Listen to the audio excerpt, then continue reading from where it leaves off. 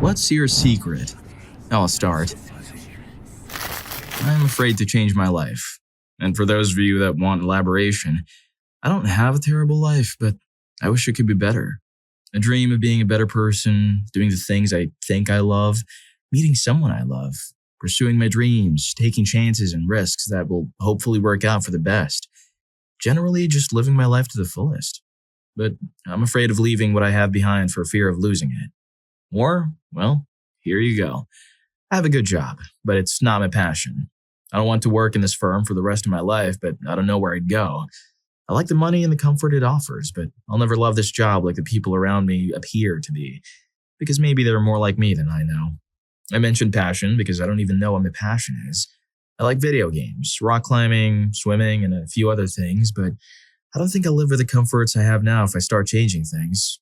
Can I afford my car, house, bills with a job associated with those interests? Are those genuine passions, or are they just activities that allow me to escape from my mundane life? I try to find out what my true passions are. I think what bothers me most, what images, events, activities bother me. I'm turning honesty to on here, so please bear with me. The next few sentences may horrify you. I don't care about the vast majority of the human race. Kids in Africa, don't care. Mom harms her kid in America, don't care. Huge catastrophe anywhere in the world, don't care.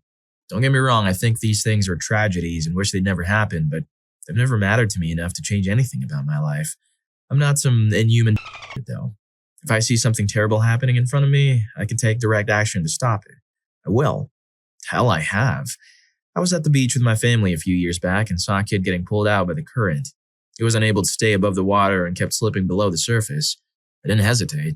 I swam right out to him and got him back to the shore to his mother, who had no clue.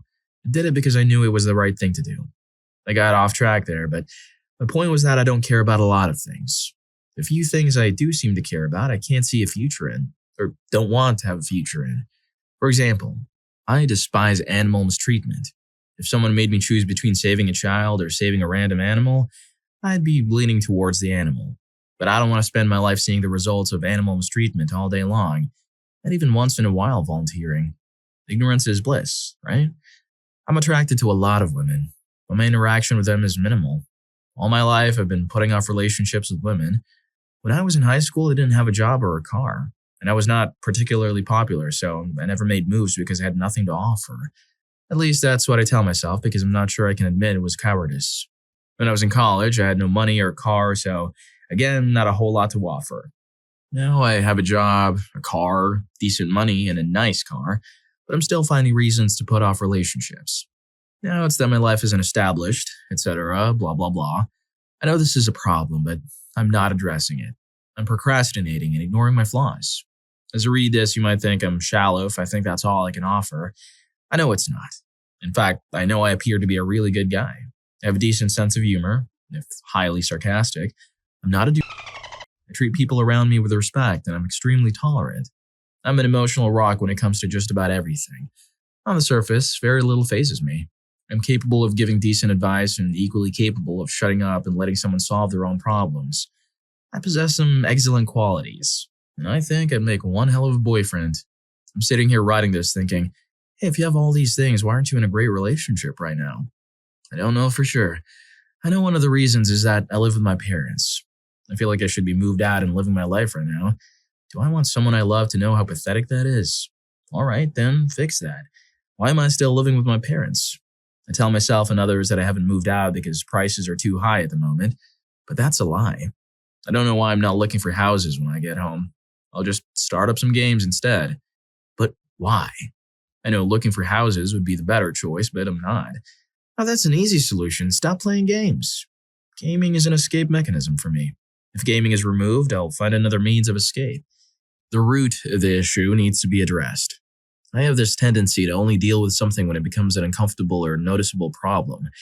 I got a car because I needed it. I got a job because I needed it.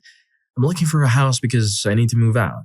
All my life I've been procrastinating and ignoring the obvious because, I don't know, maybe I just don't like change or discomfort. Whatever the case, I've never been able to do things that I might love for fear of letting go of what I have. I get all choked up when I watch movies that have people change their lives for the better because of a paradigm shift. I know I need to make similar changes, but I never do. It's like I need to be forced to do something before it can happen. I watched Click a few months back and nearly started crying when I compared my life to the movie. Okay, I actually did cry. I was literally lecturing myself in the mirror about changes I need to make in my life. Not the first time this has happened. I used to be severely depressed, which is a common story in the thread. I'm far less depressed than I used to be.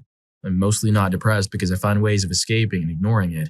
The things I mentioned earlier, gaming in particular, allow me to get away from reality.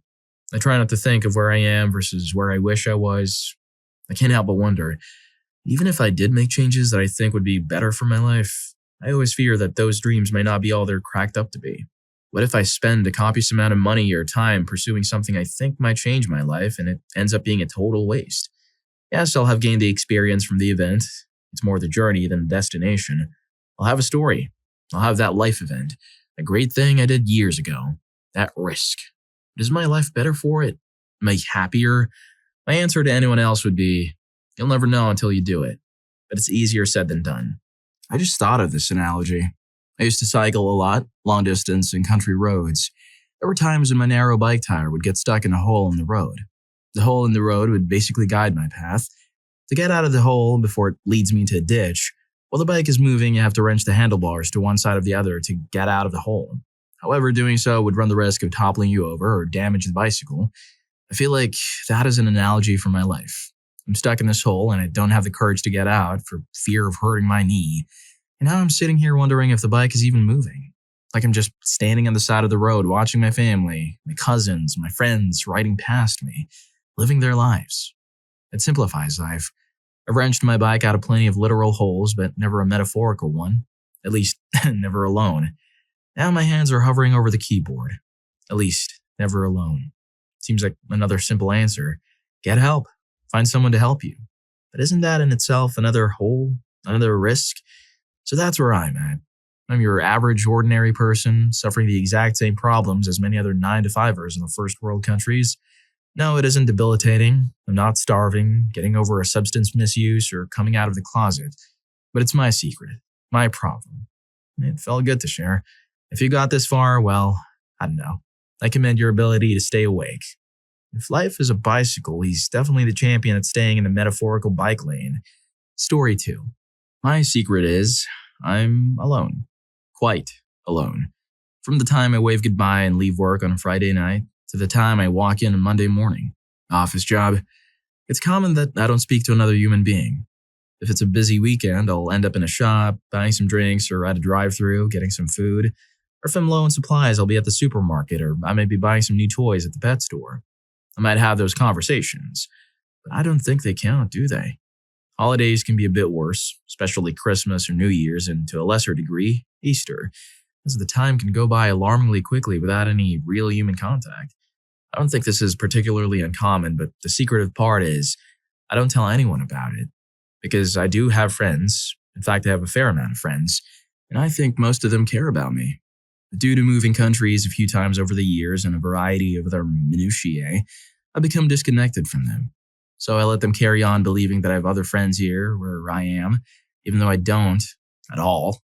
If the conversation ever strays towards that subject, I just steer it away. I think my family thinks I'm popular and have lots of people around me. And I think my friends assume I have made other friends here, where I am, and have family here. I don't. I just let them believe it. I think one reason I don't tell them how alone I am is that I don't want them to feel sorry for me. Or more accurately, I don't want them to feel bad. Because as lonely as this life is, it's okay. And I don't want them to spend any time worrying about it. It's kind of hard to explain. But let me put it this way. If I passed away, I'd expect a pretty good turnout at my funeral. In fact, I'm pretty sure some people would travel for 24 plus hours to get to it. But if I needed to move house tomorrow and needed a hand or needed someone to look after my pets, man, I'd be alone. It's been this way for about 5 years now. I know this feeling exactly. I can go about 5 or 6 days and suddenly realize, good God, I haven't spoken to anyone in 5 days. It's kind of a horrifying feeling. But on a lighter note, if you're enjoying the video, don't forget to hit that subscribe and like button for more videos like this. Story 3. A year ago, I got in an argument with my girlfriend. She was going to end the relationship. My father passed away 2 years ago, My sister passed away 1 year afterwards. Anyway, I got in a discussion with her, then the silence. I knew it was over. Out of nowhere, I said, "Bye, I'll walk from here," and got out of the car. She was driving. I felt like my life was in pieces. My mom unemployed and depressed, and I hated my brother. I was going to graduate, but could not afford college. There's no financial aid in Colombia. And I was walking home and made up my mind. I was going to end myself. I'd been struggling with myself and no one ever noticed, so I never got therapy. I kept walking and crying in misery, when suddenly, I swear to God this is true, it started to rain. So I thought, thank you God for making this easier. It was actually more depressing, and then I kept walking to my house. But it was a long way and it continued to rain harder and harder until I had to cover my eyes to have them open. I kept walking in the huge puddles of the broken streets of Bogota. I was obviously soaked in water, beyond wet. Even my cell phone fried, and I was cold. I realized the feeling of millions of gallons of cold water hitting my head had calmed me. I felt peace. I no longer wanted to end it all. Interestingly, when I got 2 blocks from home, it wasn't raining at all. There were a couple of puddles, but that's all. No water from the sky. I was the only one that went around and people looked at me. This is the first time I've shared this. Well, I think many people may call this God, but I honestly call it luck, which in my opinion is much more impressive. I don't know.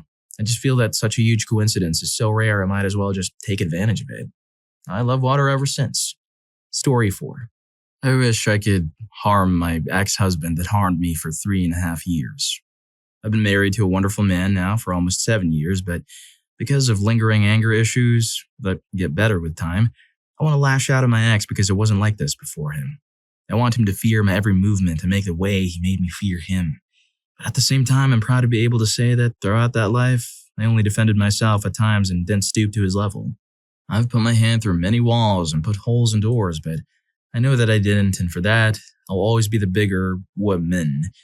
An example of his nobility. I had surgery on my ankle, and not even a week later, he put me to the ground for yelling at him from another room. Another time, we had one of our typical arguments, and he started reading a book my mother had bought him, hardcover and around 1,000 pages. He scowled at me. I scowled back, and he proceeded to harm me with that.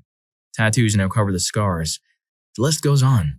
Then I changed, and now I would harm him before letting him touch me again. Story 5. 30-year-old male here. I like wearing women's clothes. I have a whole drawer of them and various other stuff. I have a hidden Amazon wish list of various clothes I want to buy. I found out my size by wearing my ex-girlfriend's clothes. I rarely brush my teeth. When I was around 20, I just stopped brushing my teeth daily, and I don't know why. My teeth are so bad at this point that it's most likely better for me to probably have them all pulled and get dentures. Every couple months, my teeth hurt so bad I'm always scared of having to go to the hospital because of septic shock. When I talk, I try to move my lips as little as possible so I don't have to see the disgusted look on new people's faces when they notice my teeth. I didn't lose my V card until I was 24. It's my first girlfriend. It was never a big deal to me. I went out with her to give it a try and see how it was. We dated for 3 years. At the beginning of our relationship, I figured that the main reason she was dating me was because she wanted a baby. I told her I didn't want one, so as to not crush her hopes, I would always tag on, maybe one day I'll change my mind. She hung on to those words for the remainder of our relationship, thinking one day I might change. Eventually, I got tired of the topic being brought up, so when she asked if I wanted to break up, I said yes, figuring she was wanting out of the relationship too and was giving me the opportunity to make the decision for her. We dated for 3 years. Within 6 months, she was pregnant with her new boyfriend. She was expecting her second child now also. I realize now I never really had any feelings for her and was most likely using her as a roommate I could be with. I don't feel sorry in the slightest bit about feeling this way. I'm sure I should go to a psychiatrist and get diagnosed with one of the things that I'm pretty sure I have had for years. ADHD, bipolar, depression, or maybe even DID. I tell other people that it's because I can't afford the medicine, which is somewhat true, but honestly, I sometimes think I like the mental state I am in at times. Other times I hate the way I feel when I'm sad or when I simply can't focus on something. And still yet, other times I sit and wonder if I'm just making these symptoms up just so I can have something to point at and say, that's what's wrong with me. Over the last few years, I've greatly questioned my own mental status. But if I get diagnosed, then that means I have a way to fix myself. And I'm afraid that I will miss out on the things I enjoy about me. I run through this circle of through processes very frequently. Story 6. This will never be seen, but I'll post it in case I need to get it off my chest. It's a huge mess of a life I live. My secret is I have bought 2 rings, engagement, in the last 4 years, for 2 different girls I've dated. One was a really long-term relationship, and the other was the one after whom I also had a long-term with. I feel stuck because I can't seem to understand why it is when I feel that I meet someone that I would like to spend the rest of my life with. They always up and leave without warning or reason. I've become so jaded to the point now where I hate myself. I blame the fact that I want something more beyond dating or relationships, that the world just hates me. I've given up and decided that I will probably just always be the single friend. I'm always a buck short and a day late in these things, so if the shoe fits, wear it, right? I have many friends, most of whom are all married now. They think I'm some living legend of bachelorhood. I bring home women on a constant basis for one purpose, to help get over or distract me temporarily from my feelings. On top of the randoms, I'm currently sleeping with 3 women on a regular basis out of sheer convenience. My friends think I'm a god for being youngish and messing around, none of which will know of the pain I feel inside as the reason it drives me to do these things. Out of depression, I'm currently sleeping with ex number 1.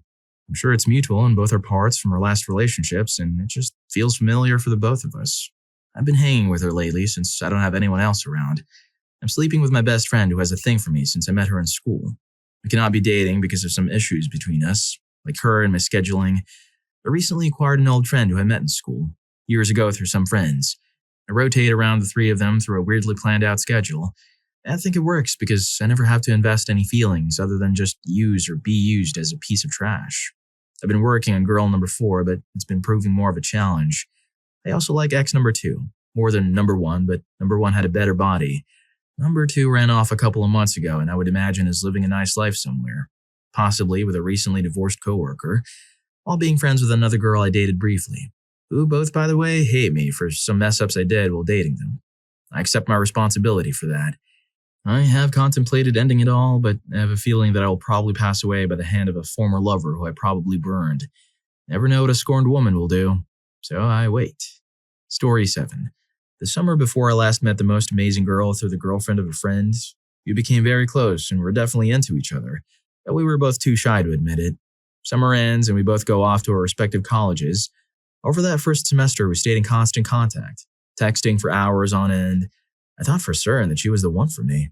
There were a few incidents of her getting hammered at parties and with other guys, but she would always talk to me after like she really regretted it. It wasn't like we were officially in a relationship at that point, so I didn't feel I could hold it against her. Winter break came and my parents were away for the entire week after Christmas. I took the opportunity to hold a huge holiday or New Year's party. And obviously, this girl was invited. She ended up spending the entire week in my house, at which point it was clear we were together. Second semester came, and our interaction slowly deteriorated. I figured, naively if I look at it now, that she was just busy with school.